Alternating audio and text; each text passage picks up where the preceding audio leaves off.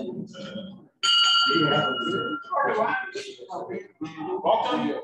to the August 1st, 2022 meeting of the Rotary Club of Raleigh, in operation since 1914. And we're happy to have everybody here today, and looking forward to our speaker, Dr. Kickler, who will be coming in shortly after taking a short break. He's the fellow who will be talking and sitting right next to where I was sitting. But it's great to see everybody, and hope everybody had a nice, warm, kind of wet weekend. We'll get started today with Tommy, starting off with the invocation. Tommy.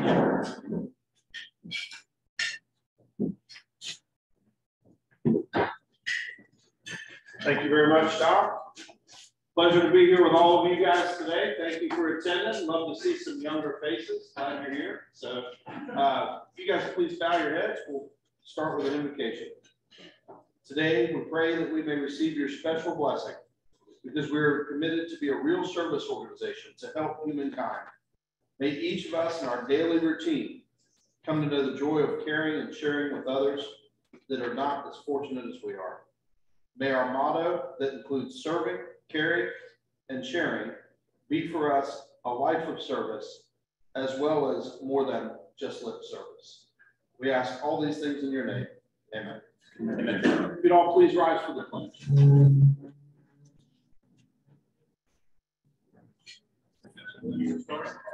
Pledge allegiance to the flag of the United States of America and to the republic for which it stands, one nation, under God, indivisible, with liberty and justice for all.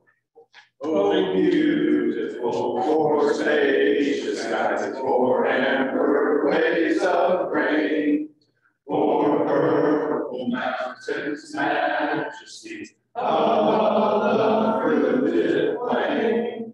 America, America, God shed his grace on thee, and crown thy good with brotherhood from sea to shining.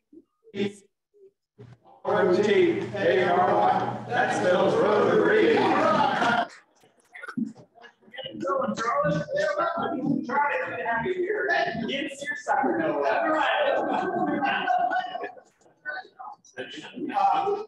Also, everybody, just a reminder, if you want to keep up with what we're doing week to week, or seeing how we're training ourselves to the community public out there, you check us out on Facebook, Instagram, LinkedIn in particular. We're trying to keep that. We are keeping it up every week with what we're doing and what we have to offer to the community. So it's a good place to check it out. I do have to comment on one thing. What I noticed when we came in today, it was a little quieter than usual. And if everybody who's been to the meeting so far noticed, yeah, I noticed. So Zoom people can see. Empire Eats. Thank you, Devin Light, who's not here, but who we deal with at Empire Eats. Put pads in all the bottoms of the chairs. So here we go. Zoom people should be happy.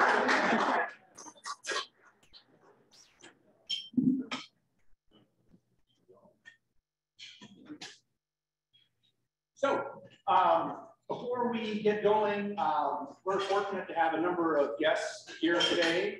And Linda, do you want to let us know who's here today and have them say a couple things about themselves? Thanks.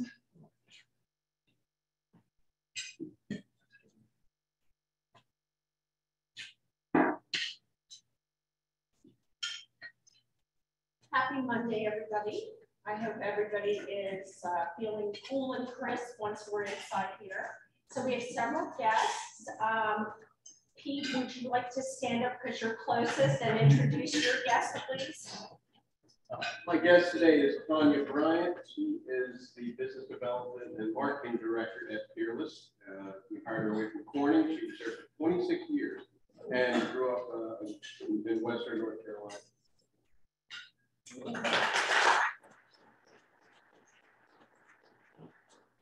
And next to our incoming member, Jean-Luc, We have a returning guest who is also a prospective member. If you'd like to stand up and introduce Harrison is here too.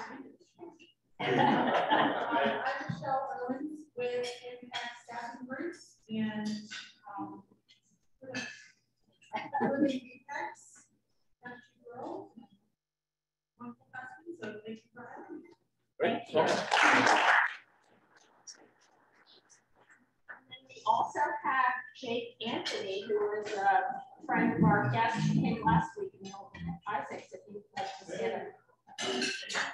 Commercial insurance for something called OPD insurance under 6 months more bills. For Raleigh.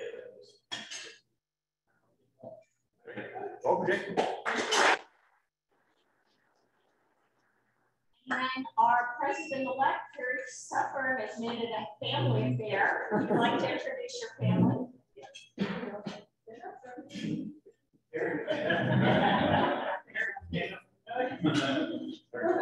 This is Johnny.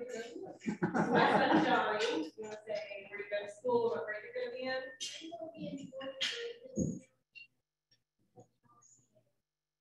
So future Rotarian.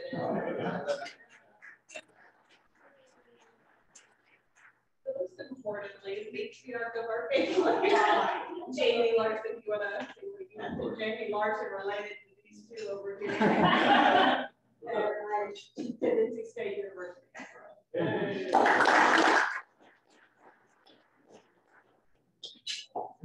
And then we do have a guest on Zoom, and you would like to unmute yourself. She's originally from Australia. Joseph? Yeah, hi, everyone. Can you hear me all right? Yes. Yes. Yeah, perfect. So I've just moved in from Australia on just 2 weeks back, and it's my husband is working here in Morrisville, and it's exciting to be part of the Rotary Club. I was in the Adelaide University Rotary Club. Back there, I was a membership director and also part of the Culturals Committee. So it's an amazing feeling to get along and also to do something apart from studies and work, to do something back to the community. So that was one of the reasons that I joined back there in the Rotary Club in Adelaide, and I would want to do the same here. So unfortunately, I'm still getting out of the jet lag. It's like a huge difference timings.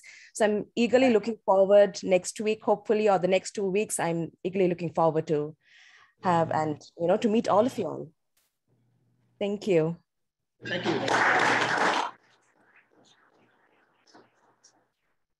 If we have any other guests on Zoom, please unmute yourself and introduce yourself. Doesn't look like we have anybody else. Okay, thank you. Funny how you put a mic stand up here without a mic, you still tend to lean into it. Just noticed that. I was doing the same thing. And Johnny, we're very pleased to have you here today. Johnny and I, last year at our board retreat, spent about half an hour talking about world affairs, and Johnny puts the P in precocious. Don't forget, and for those of you who are new, the blue buckets on the tables are called the cart buckets, and we put our change and loose dollar bills in there to help Alzheimer's research on a weekly basis. And it adds up over the years, so any little thing you can put in would be great. I will call on Charlie, that's on to do double duty today to see if we have any happy dollars.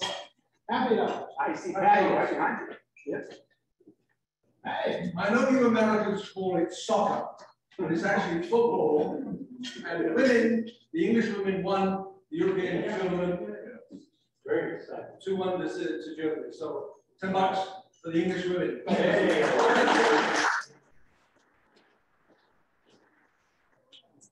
Yes, sir. $2 because both my boys actually, went on their own. They both bought houses, which is amazing to us. So, Cindy, cool. $2. Great. $1,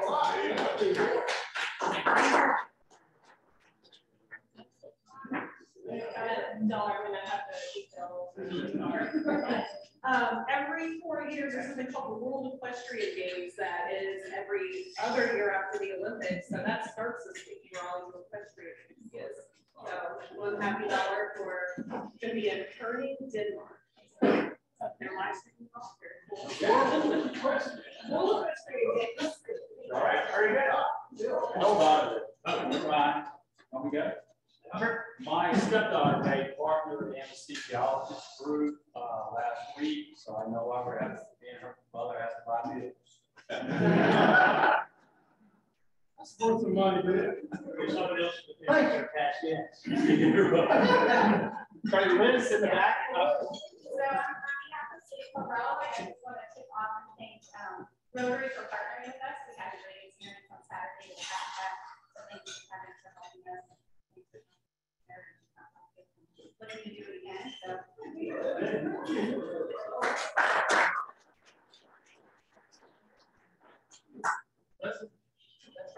Well, my grandson, Thomas Dorsey took his first steps and is now off and running. And my son, James, was married. And so we're hoping for further grandsons and granddaughters who will be walking.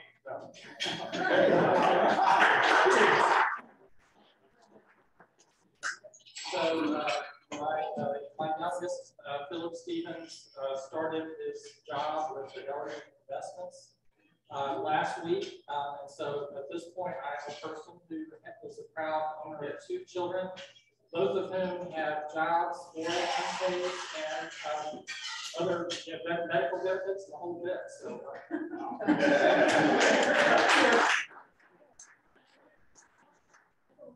For young Jim here, I happen to be at our church at the Park Methodist. A young Rush Dorset sang 2 beautiful songs. One was in Latin. I don't know what the heck it was pretty. And she performed, you may remember, at the governor's next year. 3 or 5 years ago. Oh, Okay. Amelia, cutest little girl in the world. She just turned 2 last Thursday.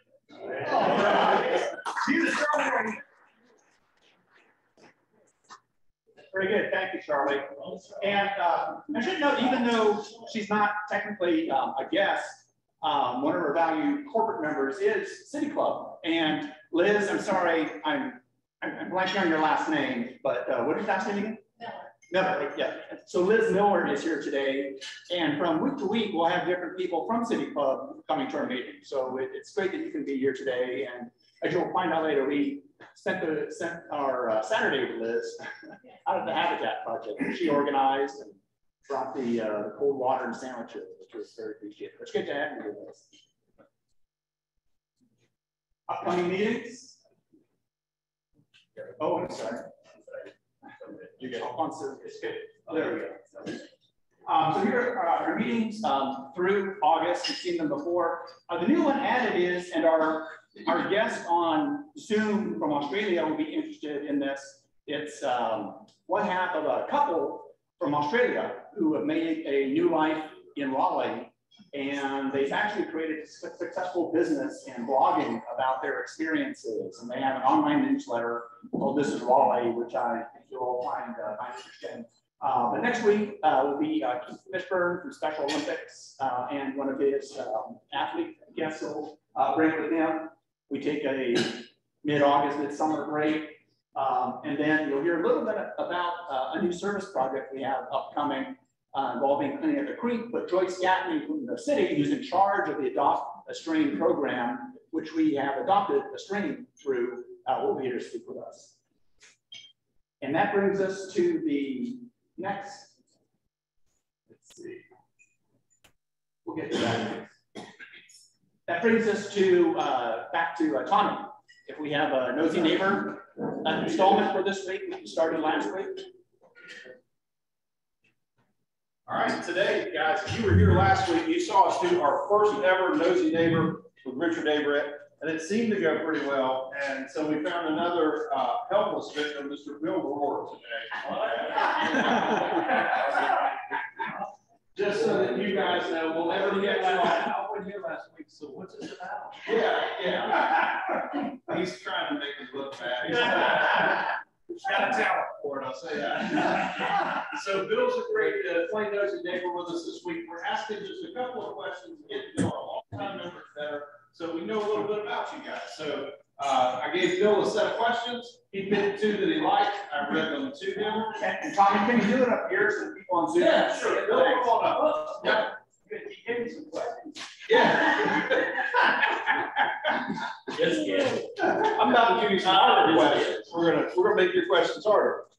All right, so we got two for Bill this morning, and one of Bill's was, tell us about your first car and how'd you get the car? My first car was a Ford Falcon. I think I paid $75 for it. And my sister wanted to drive it all the time. But I earned it cutting grass.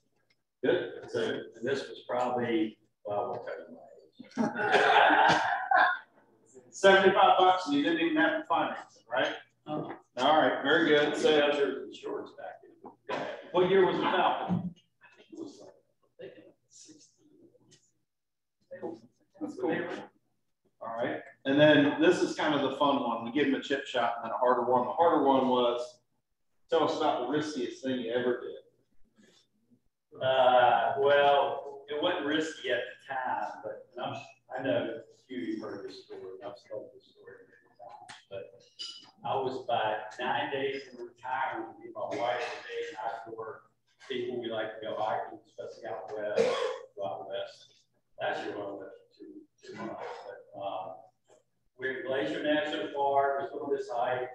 Started raining. Went back to the car to get rain gear. Continued to rain, so we decided to do this little walk at Logan's Pass. If anybody's been to Glacier, Logan's Pass. And we went up to Hidden Lake, which is really a touristy little walk. Went on beyond down this lake, coming back, walking through this big bald area. There was a rock probably from here to the wall, and a grizzly bear came around the rock. And I thought my retirement case was and we just sort of looked at each other, and he looked at us, and he took off. And my wife was fortunate enough to pull out her iPhone and take a picture of him. And we went out and reported them to the rangers and immediately closed the trail. About 2 years later, she does anesthesia at Blue Ridge Surgical, and there was a guy from Whitefish, Montana, and she was telling him about us being out there, and actually made the local paper. Huh? Wow. From North Carolina, the county with the grizzly bears. I don't know if that's a risk. I didn't take the risk at the time. It was a big risk when I did. It was. So good. Ladies and gentlemen, if you didn't know Bill before, now you know a little bit about Bill. Get some bell ringing in with this year. We did ask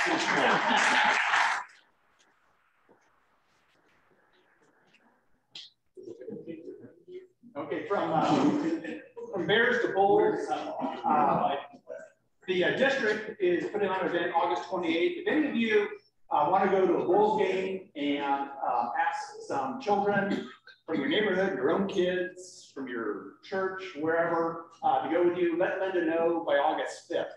And she can get tickets for you and have a good time at a Bulls game on August 28th. I did want to mention something. I meant to mention it last week, but we ran out of time. And again, for those guests and new members especially, one of the causes we support is the Boys and Girls Home in Lake Waccamaw, which, as you may know, is in southeastern North Carolina. And decades ago, I think in the 50s or 60s, this club and some other Rotary clubs raised a lot of money to help build one of the homes there for the kids they take in. And last spring, Bill McLaurin and I went to their open house. And this is a story that's inspiring to start out.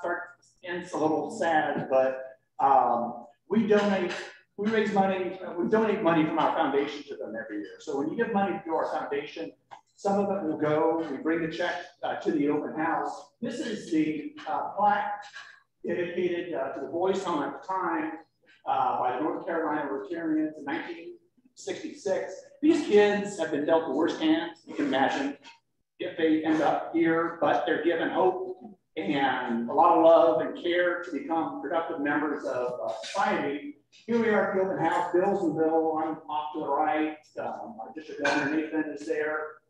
Anyway, I just thought it was a good time to remind everybody where our money goes. Unfortunately, just 2 or 3 weeks ago, they had a CEO, Ricky Creech, who gave a very inspiring talk to us just this past April when we were there. And he just started in late 2020. Unfortunately, he died in a house fire 3 weeks ago. So they're reeling from that, and hopefully when this comes up again and we raise money for the Boys and Girls Home and we go out there, you can keep that in mind because they're trying to get back on their feet after COVID. They usually come to Raleigh for a field trip for a day or two with the kids, and they come by and visit us at the meeting, which is always really nice to see a handful of the kids. So hopefully they'll make it this year. But this is just by way of background and an update on what they're going through now. So from this, we'll go into service.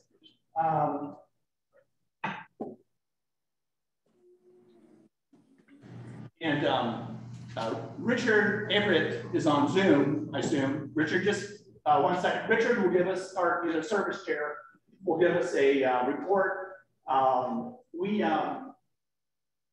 And he'll give us a summary, and I'll click through the slides. Richard couldn't be here today, but he's on Zoom.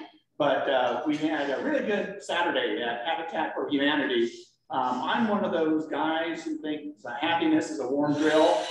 So we were drilling and sawing and carrying things all around. So, so with that, I'll let Richard give the service report about this past Saturday and an upcoming project. Richard, take it away.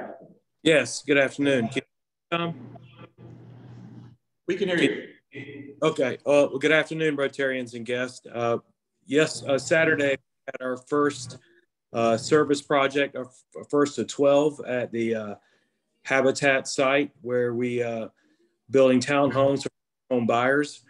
Our group was led by Kevin, and we had a total of 5 of us out there. And thanks to the folks at City Club orchestrating this, we had a big group. And I just wanted to give a special shout out to Kevin. Kevin was not only a leader to our group, but he was a leader to the entire, not just our Rotary group, but the entire group out there. You can tell he's been doing this for a while, and he has a service heart. And it was just a wonderful event. I feel like we did some really good work, and it's a really good start to our service project year. Coming up, as Tom mentioned, we've got our second service project, and that's going to be August 20th. And our club has adopted a stretch of water near a stream near Bridge Creek behind Lions Park in Northeast Raleigh. We're going to be cleaning it twice a year, and our first group, the stream cleanup, will be August 20th. The link is out on the email where you can go ahead and sign up. There's also the waiver. Feel free to bring family members, children 10 or over. We have a goal of 15 folks to go out to our cleanup. And this is a low lift from 9 a.m. to 11 a.m. before it gets too hot. And we can really make an impact.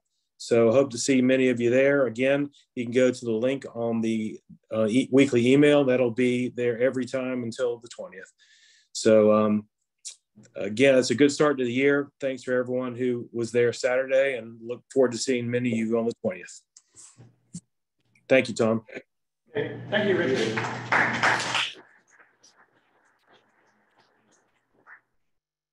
Next up, neither Harrison, our membership chair, nor Paul, vice chair, could be here today because of work commitments. Harrison is in, I know David Forrest too is in banking school this week. I think the state has statewide banking school of some type.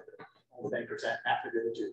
But Charlie Upshaw is going to fill in. Just before we start though, last Wednesday we had a successful service social. We want to thank Elsa Silverman for picking out the location, 10th and Terrace, to talk to the residents in. We had a good turnout, as you can see. The fellow on the left is our new district governor, Nathan Thomas, who I sent an invitation and he just showed up, which was nice. It's great to spend some time with him. We'll have another one later this month, and we collect a lot of snacks for school kids who need them as well. So that's a nice added touch to all of that. But we had a good turnout, about 15 folks, and it was fun just to spend some time eating some appetizers and getting to know each other. So with that, Charlie, I'll call you up for our official membership presentation. Thank you, President Tom. Appreciate Harrison Turner asking me. It must have been a little over. Thank you. Anyway, we're gonna induct Gene Luke here today, and we're gonna also, when I finish inducting him, we're gonna do a first reading of the new member. So welcome, Gene Luke. Gene Luke Dubas has been proposed for membership. Your application has been reviewed and approved in accordance with our club's constitution and bylaws. We will now proceed in admitting you into membership in the Rotary Club of Raleigh and the Friendship of Rotary throughout the world. Gene Luke, we're going to ask you 3 questions. Number 1. Right. We'll start off with Carrie, who's going to read the first question to, and Charlie, we kind of get a kick out of calling him Jean-Luc. It's a little more international. So.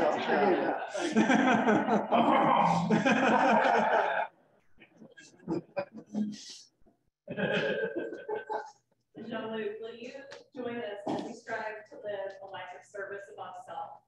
I will. And then Chris Gentry in the back. Jean-Luc, will you join us in our activities for service projects and fundraising activities in support of our community? I will. And Kevin. Jean-Luc, will you join us in supporting Rotary's efforts worldwide, which focus in these 7 areas: promoting peace, disease prevention, providing clean water and sanitation, maternal and child health, basic education and literacy, economic and community development, and protecting the environment? I will. And fellow Rotarians, will you join me in fostering and supporting Jean-Luc as he joins us in our pursuit of adding value to our community through service above self? The answer is yes. Yes. And now I ask, we'll put our Rotary pin on you, and welcome to the Rotary Club of Raleigh. There you go, Tom.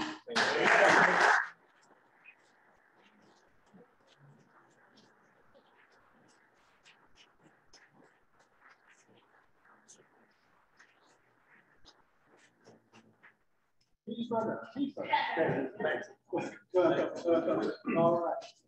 Thank you, Jean-Luc. Thank you, Tom. Thanks y'all for the questions. Now we're going to have a first reading for a prospective new member, Sean Boylnick. Sean was presented to our club sponsored by Terry Reeves. I don't see Terry here today. Sean graduated from Western Kentucky University in 2001 and then served in the U.S. Navy as a Navy officer. Shortly after his service in the Navy, Sean joined the Boy Scouts of America, the North Florida Council, where he served as a district executive. Since 2004, Sean has served in several capacities with Boy Scouts, now serving as the Deputy Scout Executive for the Open Beach Council right here in Raleigh up on Atlantic Avenue. He's a former Rotarian with membership of the Philadelphia Rotary Club and the Rotary Club of Columbia. I'm not sure, South Carolina, perhaps. We are truly excited to have Sean as a potential member and look forward to welcoming him soon. Thank you very much, President Tom. Okay.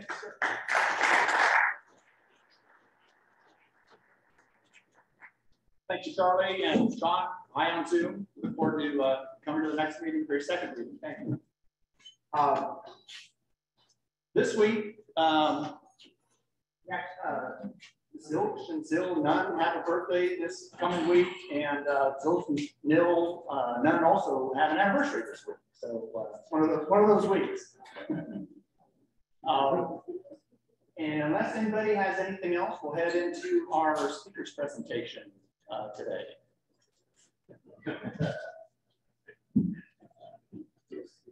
Our speaker today, who's sitting right here, is Dr. Troy Kickler, who happens also to be a member of Rotary, a relatively recent member of the Cary Central Rotary Club. They're a breakfast club that meets in Central Cary. And by way of introduction, Dr. Kickler from, Dr. Kickler from 2005 to 2016 was the founding director of the North Carolina History Project. In this capacity, he wrote or edited approximately 1,000 entries, the numerous constitutional workshops, and directed a lecture and symposia series and a living history event series. He later joined the North Carolina Office of Archives and History and served as colonial records editor. Dr. Kickler holds a master's in social studies education from North Carolina A&T State University and a PhD in history from the University of Tennessee. He is taught at Barton College and North Carolina State University and currently teaches for Liberty University. So everybody, please welcome Dr. Kickler.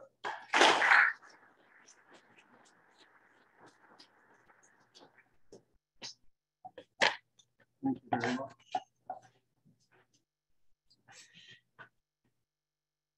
Good to be here. Thank you for the invitation.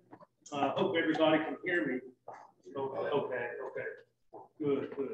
There, it's all started as an invitation. Tom was reading a newspaper article I wrote in 2016. And so he contacted me and asked if I would like to speak to the Rotary Club here. And I said, sure, I'll do that. I'll be happy to. Now, granted, the topic I wrote about it in 2016, so I had to look back at my notes. So, let me put my timer on here so I don't get too long-winded. Okay. All right. And that column, which was about how North Carolina got its shape, was inspired by a show that was on the History Channel for a while. I don't know if you saw it, but it was basically called How States Got Their Shape. And you know, how does Rhode Island look the way it does, Virginia looks the way it does, Wyoming, et cetera. So that's what prompted the column. And so I was going to ask, though, get started. You're not going to, I won't follow up with, questions. I'm just curious because we'll talk about some of these things in this short lecture here. How many have heard of the Carolina Charter of 1663? Okay, it's housed just down the road in a vault. Not anybody can just see it. How many have heard of a book called William Byrd's book called History of the Dividing Line? Okay, it was published in 1748.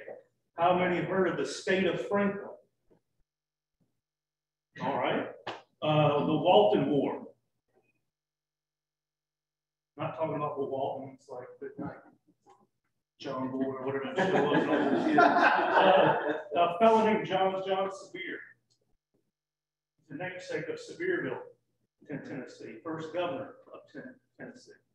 And so the term Lords Proprietors. Okay.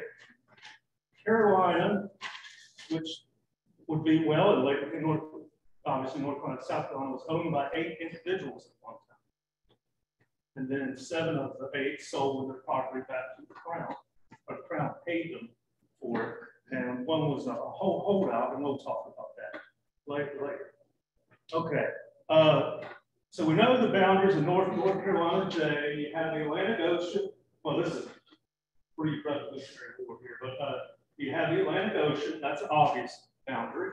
You have the boundary with Virginia to the north. What's now, just think of the modern day map right now, Tennessee to the west. So it would be like right here. And then we have South Carolina and Georgia. Those are what border the state. So I want to talk about the northern boundary, the southern boundaries, and then the western boundary. Well, let's talk about the northern boundary first. Charles II granted land to 8 Lords Proprietors because these guys basically helped restore the throne, helped Charles II back to the throne.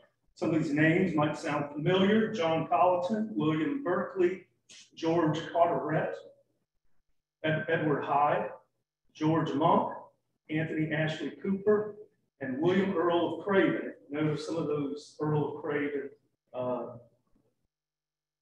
George Carretts for the counties of North Carolina are named after these fellows. You go with George Monk, think of Monk's Corner in South Carolina. Anthony Ashley Cooper, think of Charleston, you have the Ashley and the Cooper Rivers, that form. So those are some of the Lord proprietors are the namesakes of some of these places. Well, the Carolina Charter divided Virginia and Carolina, as it was called then, which is North Carolina and South Carolina, at the 36th parallel. The Charter of 65 moved the line northward to the 3630, so it basically added 30 more miles. Well, Virginia, it added 30 more miles to Carolina. Well, Virginia wanted those 30 miles back. So they were wanting a survey because they claimed people weren't paying their taxes and stuff, but the governor of Virginia didn't want a survey. People were talking about having a survey, but he didn't want a survey because you never know how that's going to turn out. You might lose more land from that. So let's just keep it the way it is.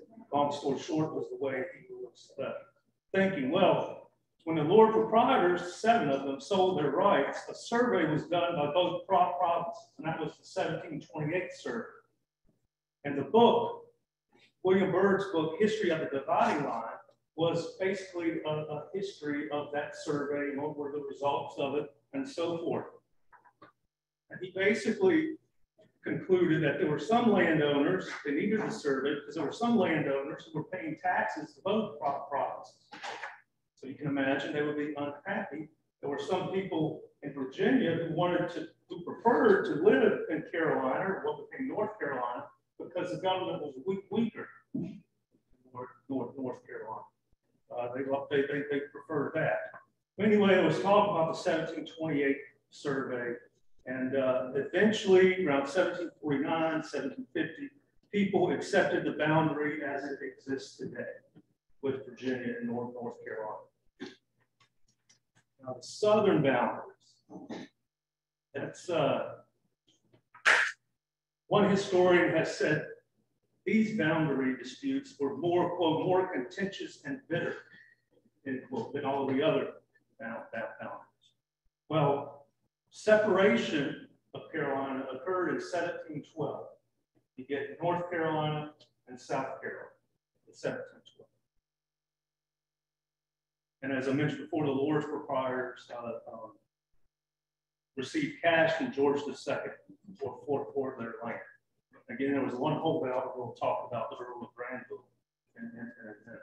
There was an agreement between the two that the boundary would start approximately 30 miles south of Cape Fear River, go northwest up to the 35th parallel, and then go out essentially straight out to the Pacific Ocean, but then they stopped after a while because the governor of North Carolina thought there was a wasteful expense because nobody lived. Not too many people lived out in the West. So why are we surveying that? That was the thinking at the time. And like the Virginia governor, he didn't want the survey to continue either because he also feared that North Carolina would lose land. You know, they wanted to keep the land that they had. Well, in 1735, 1737, another governor, Gabriel Johnston, had a new plan and a new survey was done. You can see a lot of surveys are happening. In 1764, another survey was done. And it continued the 1737 survey, and North Carolina got another about 600 square miles. And that's when we get the little nook right here between South Carolina and North Carolina. Well, the boundaries revisited in 1772, I'm sorry, under the direction of the Board of Trade. Now, keep in mind, North Carolina is still a colony at this time, and the royal governors would have to file a report like every 3 months, 4 months, it would vary, but there were 5 or 6 fellows on the Board of Trade over in London who would send questions to each royal governor. The royal governor would answer the questions like what's the population, and with North Carolina. That's just our hours. We were Sorry about that.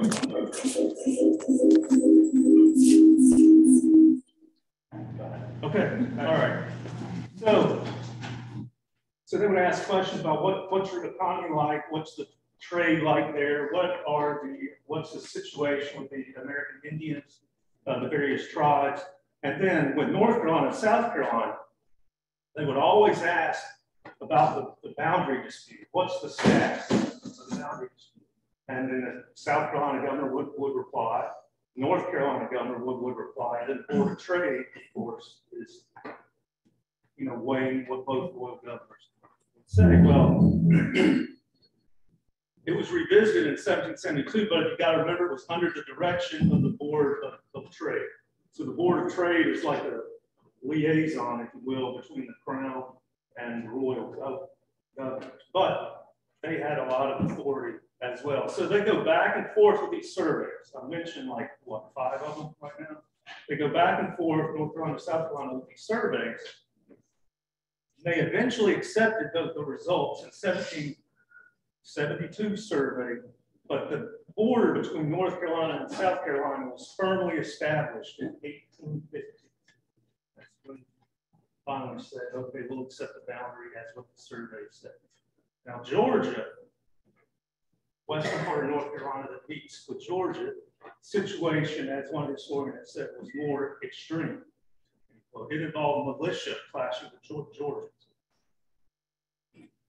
Well, to pay for Revolutionary War debt, North Carolina turned over some land to the United States government.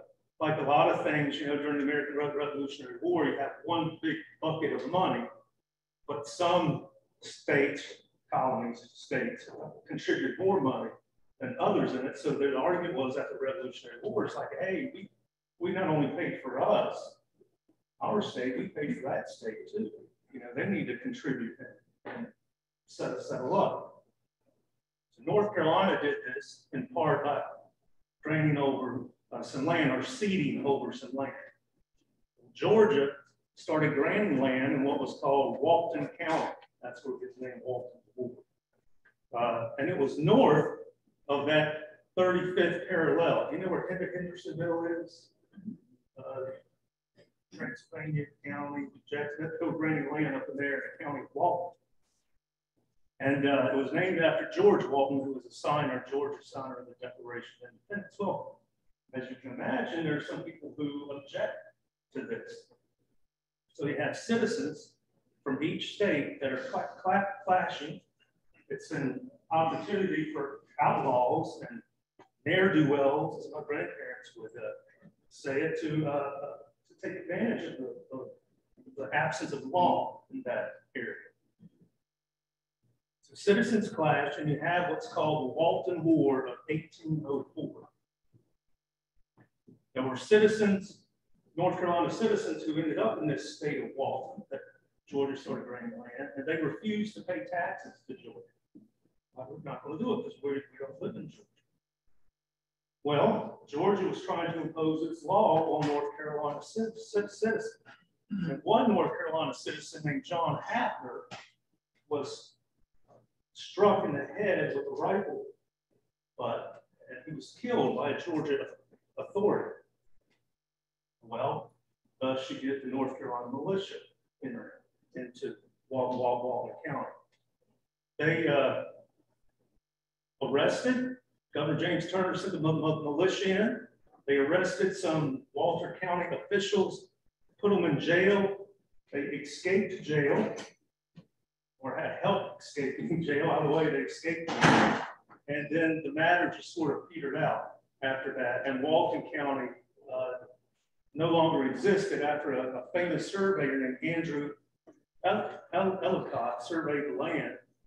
He basically said, no, essentially, no, that's part of North Carolina. And what's interesting is that the presidents of the University of Georgia and University of North Carolina, I forget their names, they helped fund the survey. Just wanting to end the matter. So that's Walton's War. And then lastly, few more minutes here. We come again, this is just a cursory look at this. So we have the western boundary, which is where Tennessee is. as you can see, North Carolina in this map, colonial map, stretched all the way out to the mid-Mississippi River. That was the claim. I mean, there were a lot of claims back then. I mean, for Minnesota, one time was part of Virginia. That was the claim.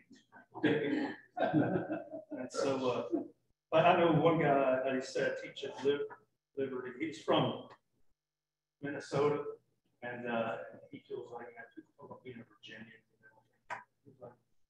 He claims that he's also a Virginian. So we have the western boundary. North Carolina ceded the land. It's now Tennessee in 1789, as mentioned by George, to pay off Revolutionary War debt. But before then, what kind of prompted them to cede the land, in addition to having Revolutionary War debt, that you have some North Carolinians, or Tennesseans, as we would call them now, in the eastern part of the state. I don't know if you're familiar with Washington County, basically around where Johnston City is. They had difficulties with the government of North Carolina. There were about 5,000 people in that area that had tenuous ties to the North Carolina government. So they wanted to separate. Why, you might ask? Well, guess where the capital is in the 1780s? New Bern. All right, if you live in eastern Tennessee, then, I mean, it's a long haul now, but if you live then to take care of business, you feel isolated, you feel separated from the government. So they were disappointed with that. Then also, if you're living that far away, you start developing a sense of independence because you're doing things on your own without New Bern's help. So some Tennesseans tried to start the state of Franklin.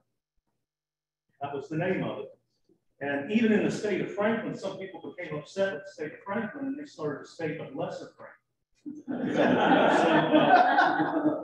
So they had some what was then considered radical ideas. They had what was called the Houston Constitution. It was eventually rejected and they adopted another constitution. This is the type of ideas that were floating around what's now eastern Tennessee. They wanted a unicameral assembly, one body, vast religious freedoms were granted. Legislation must be submitted to the people for approval. Only males could vote, but there were no property requirements then in this proposed state of Franklin. Lawyers, ministers, and doctors could not hold public office. So why? I don't know the answer quite to that, but lawyers, ministers, doctors could not hold public office. Well, that was, yeah, imagine the assembly if that was a slide. They have lawyers in the public office and so forth. Well, that was rejected. They adopted another more conservative constitution. One of the leaders that emerged in this state of Franklin was a man named John Sevier, who was very charismatic. He tried to negotiate with the Cherokee for more land. He was eventually arrested, and he was taken to Morganton. That was the judicial seat out west. He was taken to Morganton. His followers went there to get him out. Well, North Carolina officials, I don't know how many followers there, but North Carolina officials kind of looked the other way. John Sevier went back home. Well, eventually, North Carolina ceded its land to the U.S. government in 1789, in part to pay off Revolutionary War debt, and in part because all this is going on in the 3 or 4 years from 1784 to 1788. And so eventually Tennessee becomes, and the United States government wanted more states too. So eventually Tennessee becomes a state in 1796. John Sevier becomes its first governor, and the western border of Tennessee and North Carolina was settled when Tennessee became a state in 1796. And that's how North Carolina got its shape. There's a couple of things I wanted. I got 2 or 3 more minutes here. I've said here that I want to, hopefully it's not a rabbit trail, but I think it's interesting since you're a downtown Rotary Club, you might find it interesting too. So John Sevier was taken to Morganton. Well, at this time, there were eight judicial districts in North Carolina. And Raleigh was formed in 1792 because people in the Piedmont, I don't know if you're familiar with the Regulator Rebellion. I say 1972, 1792. Because the Regulator Rebellion occurred. There were people in the Piedmont who felt disconnected from the government. So part of moving here to Raleigh was to be a more central location. Well, there was a commission who formed or planned out, chose a site, and it kind of all revolved around which had the best tavern. Because the legislators would come here, and they wanted a place to go after work, you know. And so they chose this spot, Joel Lane, Joel Lane House, the other side of downtown. They bought land from his farm. If you look at the street names, that's the land that this commission or the state bought. And so the names are significant in a way. I mean, east, north, west, south, that's the proper boundaries of the land. But all the names like Hargett, Jones, Cabarrus, those were the men who were on the commission.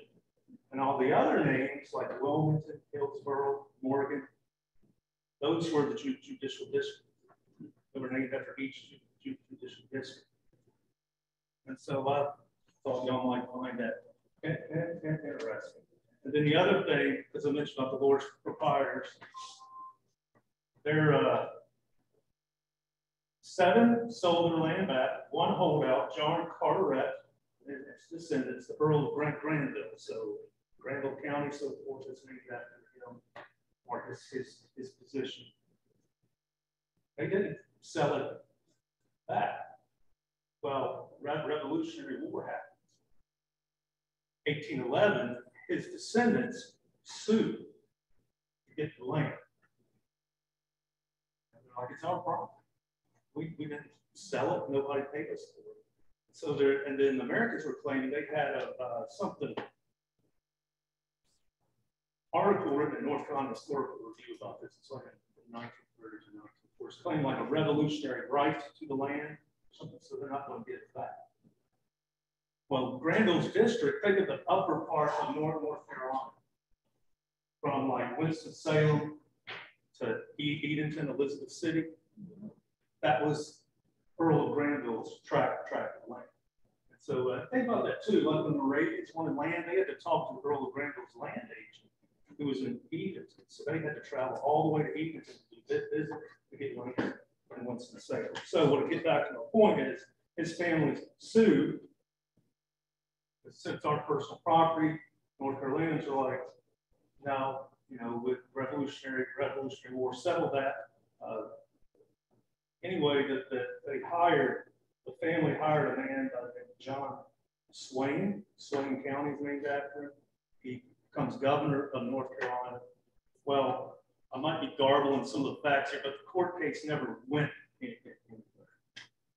And there's a part of me that thinks Swain just kind of sat on some paperwork. So time will run out of whatever the legal term is. But anyway, the land never went back to the Earl of Granville, but he was the only one that didn't sell it back to the crown, or the family tried to get the land back. It didn't make it very far in the courts. So I'll wrap it up with that and turn it over to you. Any questions? Kurt? Just a couple of questions. First of all, I know that service in the Continental Army for the North Carolina Continentals, land warrants were given to Tennessee land for a lot of the soldiers. That's why they all went out there to populate. And the second thing was, until it became a state, did the territory of Tennessee, or was it a county? And did they have representatives on the General Assembly? It was North Carolina, but the counties were really big, right? Big, so they had small representation. in the center. So they have big counties within territory. Yes, territorial wise. Yeah, and in the beginning of the state's history, there were a lot of, you look at a lot of the eastern counties are very small, like slivers almost. There were some, because each county got a certain amount of representation in the General Assembly, and each town did too. There were like 6 major towns.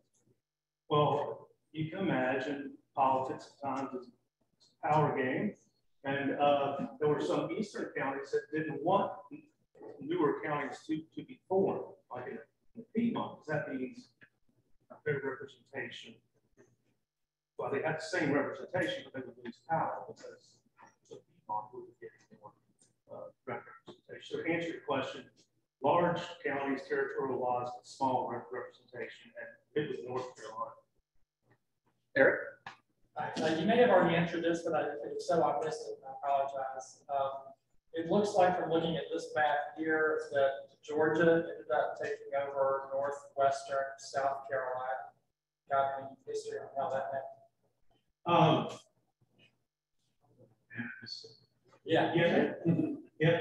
And short answer, no, because I had studied that land.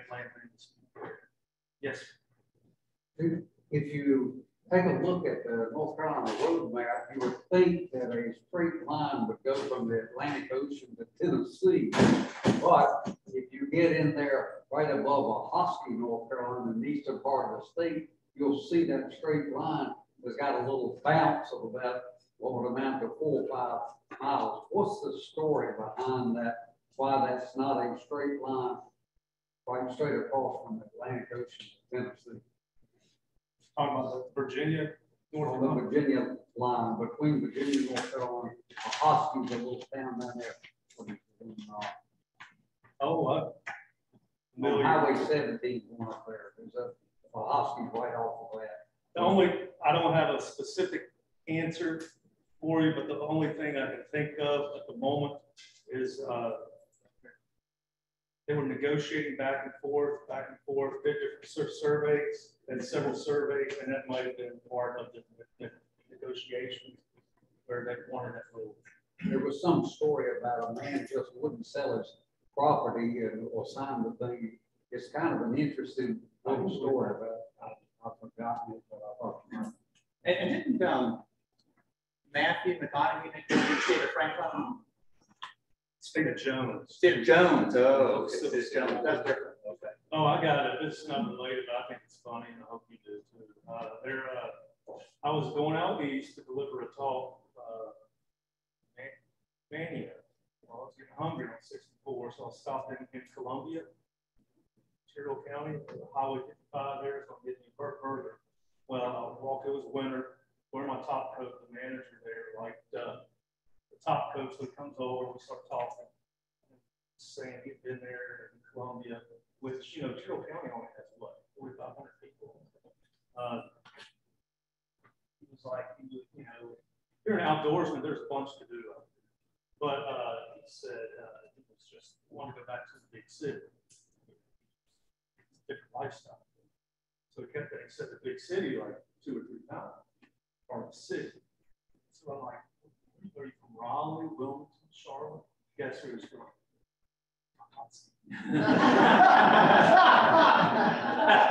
Dr. Kickler, thank you very much.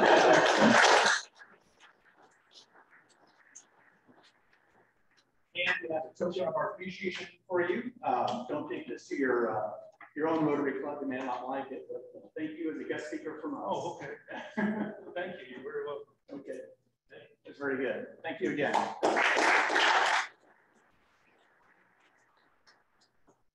All right, and with that, we'll proceed to the 4-way test.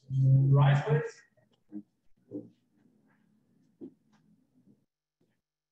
Of the things we think, say, and do, is it the truth? Is it fair to all concerned?